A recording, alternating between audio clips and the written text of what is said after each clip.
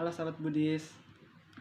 Sebelumnya terima kasih. Salam Dhamma dari saya, Sekutu Namo Buddhaya. Perkenalkan, nama saya Ari Devin Samanta dari Prodi PKB semester 1, Sekolah Tinggi Agama Buddha Negeri Sriwijaya, Tangerang, Banten. Pembuatan video media pembelajaran untuk memenuhi tugas akhir mata kuliah Riwayat Hidup Buddha Gautama dengan dosen pengampu Bapak Parjono, Magister Pendidikan Buddha.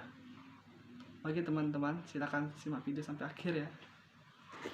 Betapa Gautama menempuh jalan tengah dan mencapai pencerahan. Betapa Gautama meninggalkan penyiksaan diri. Betapa Gautama menyadari meskipun menjalankan duka carya tetapi tidak mencapai pencerahan, sehingga betapa Gautama memutuskan untuk menempuh jalan tengah. Dan kelima, betapa pengikutnya itu meninggalkan betapa Gautama karena telah menganggap betapa Gautama gagal dalam usahanya untuk mencapai penerangan sempurna. Kemudian setelah 5 petapa meninggalkan betapa Gautama, lalu petapa berdiam di tempat yang sunyi selama 15 hari. Dan betapa Gautama bermimpi. Mimpi yang pertama, petapa tertidur di atas permukaan tanah dengan pegunungan Himalaya sebagai bantalnya, dan tangan kiri di Samudra Timur, tangan kanannya di Samudra Barat, dan kedua kakinya di Samudra Selatan. Dan mimpi pertama petapa Gautama ini menandakan pencapaian kemahatauan menjadi Buddha di antara dewa Brahmana. Mimpi yang kedua tumbuh sejenis rumput yang disebut dirinya dari pusarnya, yang tumbuh hingga 1000 yojana ke atas. Mimpi ini menandakan bahwa beliau akan mampu mengejar dan berfaktor 8 Aryatangika Magga, yang adalah jalan tengah Majjhima Panipada kepada umat manusia dan para dewa. Mimpi yang ketiga yaitu petapa Gautama bermimpi ada ulat berkepala hitam berbadan putih yang perlahan-lahan merayap di atas kaki hingga ke lututnya. Mimpi ini menandakan banyaknya orang berkepala hitam yang mengenakan pakaian putih, menghormat dan berlindung kepada Buddha. Yang keempat, beliau bermimpi 4 jenis burung berwarna biru, keemasan, merah, abu-abu terbang datang dari 4 penjuru, dan sewaktu mereka turun dan berdiri di atas kakinya, semua burung-burung itu berubah menjadi putih. Mimpi ini menandakan kasta-kasta dari 4 dalam masyarakat, yaitu kasta ksatria, ajaran Buddha, menjadi biku dan mencapai kearhatan. Mimpi yang kelima, beliau bermimpi sedang berjalan mondar-mandir ke sana kemari di setumpukan kotoran yang setinggi gunung tanpa menjadi kotor. Mimpi kelima ini menandakan perolehan 4 kebutuhan, yaitu jubah, makanan, tempat tinggal, dan obat-obatan, dan memanfaatkan tanpa terikat dan melekat kepada mereka. Setelah bangun dari tidurnya, beliau menafsirkan mimpi-mimpinya sebagai berikut. Mimpi yang pertama menandakan pencapaian manfaat ini dan itu. Mimpi kedua menandakan manfaat ini dan itu, dan seterusnya seperti yang dijelaskan di atas. Setelah mengalami 5 mimpi dan menafsirkan mimpi sendiri, beliau berkesimpulan, pasti aku akan mencapai kebuddhaan di hari ini juga. Dana Nasi Susu Sujata. Sujata putri seorang kaya raya. Saat usianya beranjak dewasa, ia berdoa di bawah pohon banyan. Oh dewa, penjaga pohon banyan, jika aku kelak menikah dengan seorang kaya dari kasta yang sama, aku akan mempersembahkan dana nasi susu gana. Dan doa Sujata tersebut sudah terkabul, dan Sujata menepati janjinya untuk mempersembahkan nasi susu gana pada hari purnama di bulan Wesaka setiap tahunnya.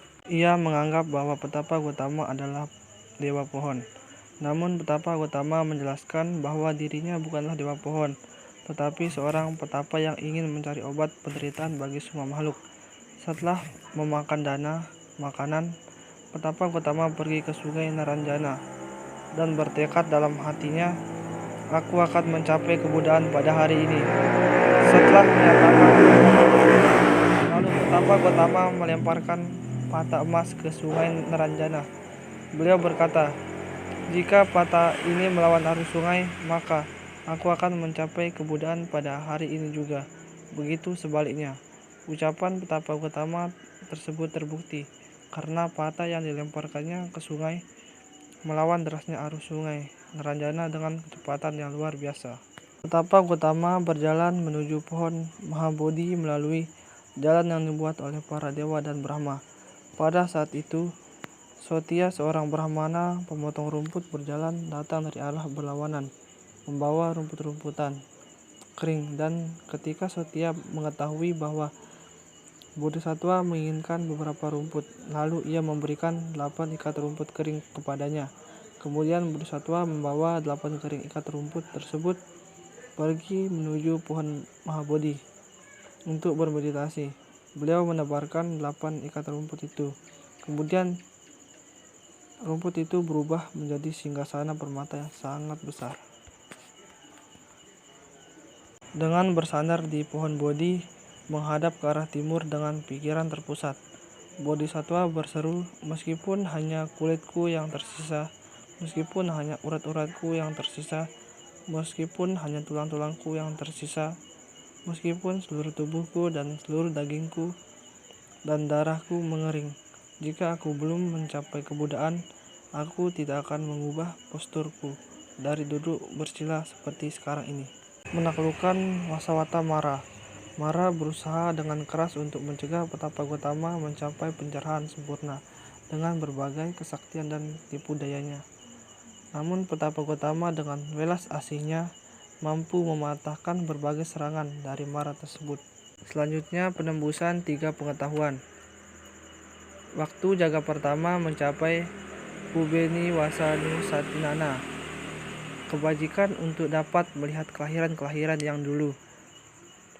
Waktu jaga kedua mencapai Dibaca Kunana. Kemampuan untuk dapat melihat dengan terang kematian dan tumimba lahir makhluk-makhluk sesuai dengan karmanya sendiri. Waktu jaga ketiga mencapai Asawakayana. Kebijaksanaan untuk dapat menyingkirkan secara menyeluruh kekotoran batin. Betapa Gotama mencapai kebudayaan di jaga terakhir dalam purnama bulan Wesaka. Keajaiban saat pencapaian kebudayaan. 10.000 alam semesta bergetar bergema. Seluruh tempat terdengar sayup suara musik yang merdu. Pohon-pohon mendadak berbunga. Binatang-binatang yang biasanya bermusuhan pada waktu itu dapat hidup berdampingan dan damai, mengucapkan seruan gembira dan sungguh-sungguh. Aku sungguh telah terbebas dari penderitaan sangsara. Aku sungguh-sungguh telah mencapai keadaan tertinggi, pencerahan sempurna. Guru di 3 alam. Aku sungguh-sungguh telah mencapai kemenangan besar. Akulah yang dapat membebaskan makhluk-makhluk dari belenggu 3 alam dengan memberikan khotbah Dhamma.